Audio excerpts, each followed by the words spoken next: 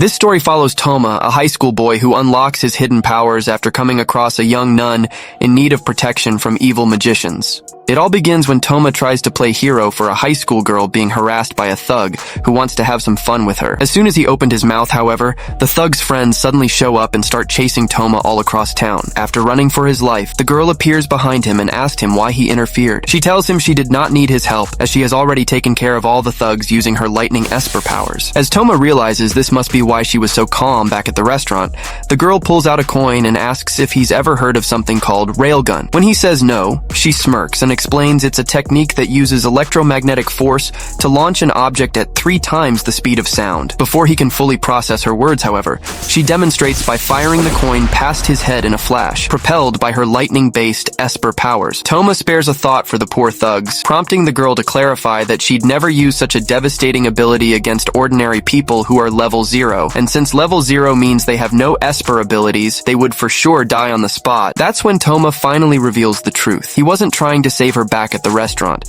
He was trying to save the thugs from her, because she's a level 5 esper, and there are only 6 other people in the city who can match her in power. When Toma reminds her that even though she is strong, she should still have a boyfriend who can accompany her to dinner, the girl's expression darkens, and ignoring that he's only a level 0, she raises her hand and unleashes a massive bolt of lightning straight at him. What?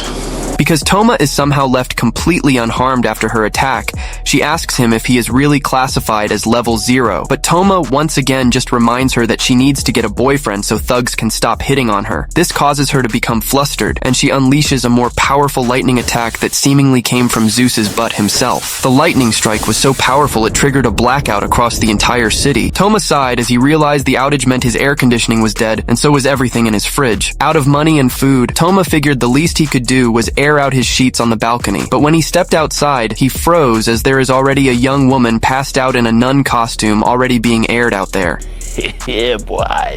The girl slowly wakes up, and the first thing she tells the boy is that she is hungry, and it would make her really happy if he fed her. The only food Toma had was the spoiled sandwich, but beggars can't be choosers as the nun swallows the whole sandwich along with half of Toma's arm. He then feeds the girl a bowl of salad made from spoiled vegetables, and once again the girl happily eats it as she reminds him that free food always tastes delicious. After explaining that she fell on his balcony while running away from her pursuers, the girl introduces herself as Index. Her magical name is Dedicatus 545, and it stands for a dedicated sheep who protects the knowledge of the strong. Toma then asks Index why she is being followed, and she reveals that her pursuers, the Magic Society, are after the 103,000 grimoires in her possession. Toma is a bit skeptical because after all, the girl is empty-handed, but she is adamant that she is in possession of the grimoires. Toma asks her, if she has all these powerful grimoires, why isn't she able to defeat the people chasing her? But the girl shakes her head and explains that she doesn't have any magical powers herself. She can only run. He then reveals that they are similar in that aspect. He also does not possess any offensive esper abilities, but ever since he was born, he was always able to negate any magical and esper abilities that he touches with his right hand. This time it's Index who is skeptical as she reminds him he is not Asta from Black Clover, but Toma tells her to check the dates. His anime came out before Black Clover, and they actually got the idea from his anime. Index then asks him to prove it. Her nun clothing comes with a powerful barrier. She'd like him to negate it, and even hands him a knife to do it with as she is sure that Toma is bluffing. But Toma is tired of being disrespected, especially after giving the girl the last of his spoiled food, and proves he is the original Asta by making the girl's clothes magically disappear.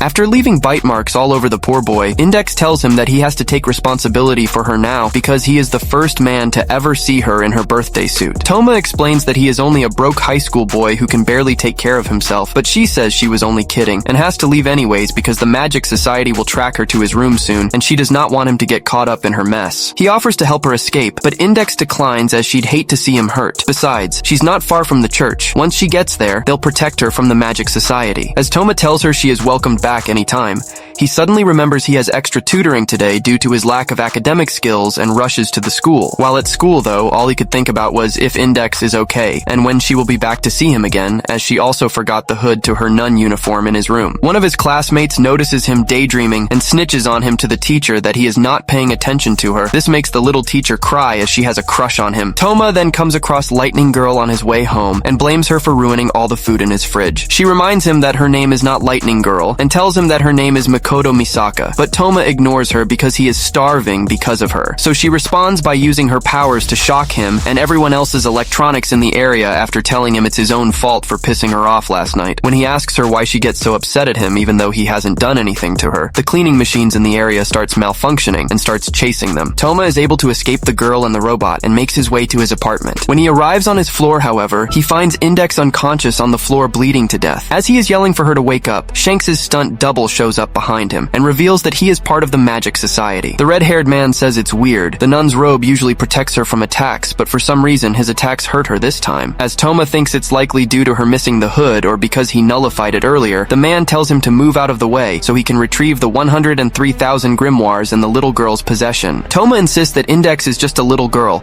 and there's no way she's carrying around a bunch of powerful grimoires, but the man calls him stupid and naive. He explains that the little girl has a perfect memory and she can recall everything she's ever seen. She's read all of those grimoires and remembers every word. The knowledge is stored in her mind and they've come to take her so they can extract it. He introduces himself as Style Magnus and explains that even though Index has no magical powers to make use of her knowledge, the Magic Society considers her too dangerous to be left walking around, and in an effort to keep her knowledge from falling into the wrong hands, they have taken it upon themselves to take her in to protect her. Toma isn't buying what the off-the-shelf Shanks is selling and throws a right hook at the man only for it to be easily dodged. Just like the real Shanks though, Magnus does not take kindly to disrespect and responds by firing a giant magical attack at the boy. Even though the attack was strong enough to engulf the entire floor, Magnus is left shocked when the boy comes out unscathed. He fires another attack at Toma, only for the boy to freaking grab the fire and break it. But Magnus is known as the strong one for a reason, and he starts powering up his most powerful attack,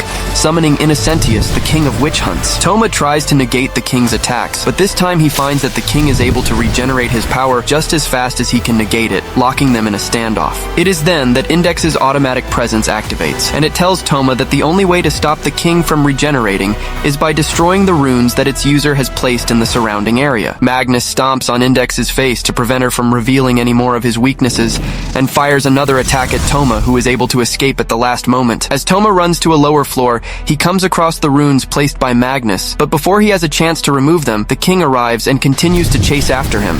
Toma is eventually able to finally escape the king by falling off the 8-story building. He thinks about running away and leaving Index behind, but he remembers that he has been a failure all his life and would not be able to live with himself if he let them take the girl away before she paid him back for eating all his spoiled vegetables. So he starts his counterattack by pulling the fire alarm and activating the building's sprinkler system. He then approaches Magnus, who reminds him that these little sprinkles of water will have no effect on the king, and sure enough, the king approaches Toma and attacks. This time, however, Toma is able to easily dispel the attack and the king along with it. He is the one calling Magnus naive this time, as he reveals that the water was never meant to affect the king. He used the water to weaken the paper and ink that the runes were created with, thereby lowering their effectiveness. As Magnus desperately calls out to the king, Toma dashes toward him with punch ready in hand, and this time he made sure not to miss as his fists connects with the arrogant mage's face, knocking him down.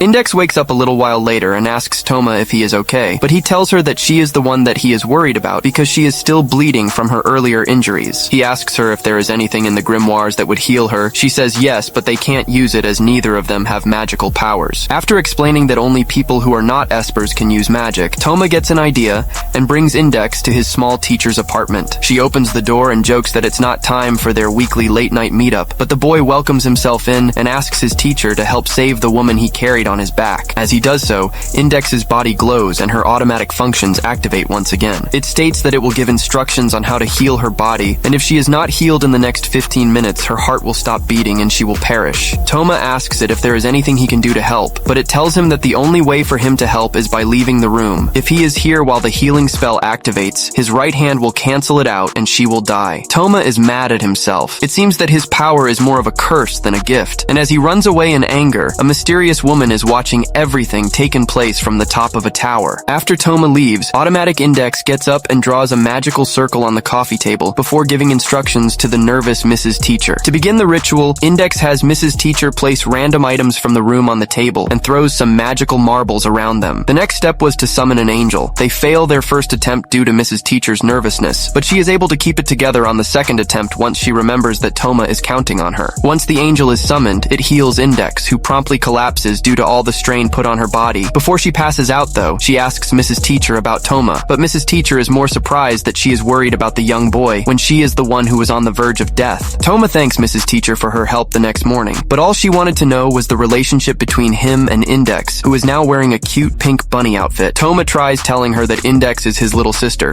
but Mrs. Teacher is not buying it as Index has silver hair in addition to being foreign. Caught in a lie, Toma tries changing the subject by begging Mrs. Teacher to not report the situation to the authorities. Seeing him so serious makes her blush, and she says she will think about it on her way to buy groceries to make breakfast. After she leaves, Index tells Toma that they cannot involve Mrs. Teacher any further because it will start to damage her little human brain if she continues using magic. After Toma agrees, Index explains that the churches of her home country of England have become separated after politics became involved in a religion. As a result, one of the new branches of the church known as Necessarius is seeking the power of the 103,000 grimoires to become the most powerful. Because the grimoires have the power to bend reality itself, they will never stop chasing after her to attain it. She asks Toma if he is still willing to stay with her even after hearing all of this, and the young man gets angry that she would think that he would leave her over something so stupid. He reminds her that his right arm can repel anything, and he would be able to defeat anyone that comes after them. During this time, however, Magnus and the mysterious woman are having a conversation about how Index's wounds have healed and his loss to the high school boy. He says that their background check on the boy did not come up with anything special, and he is surprised that the Magic Society was not aware of someone with the power to repel the king. The mysterious woman, whose name is Kanzaki, says that maybe the boy's information is being hidden by their enemies whose full capabilities they still do not understand. As Magnus watches Index and Toma having fun, he asks Kanzaki how long they must chase the poor girl before letting her live her life, and Kanzaki responds that she understands that he might be having mixed feelings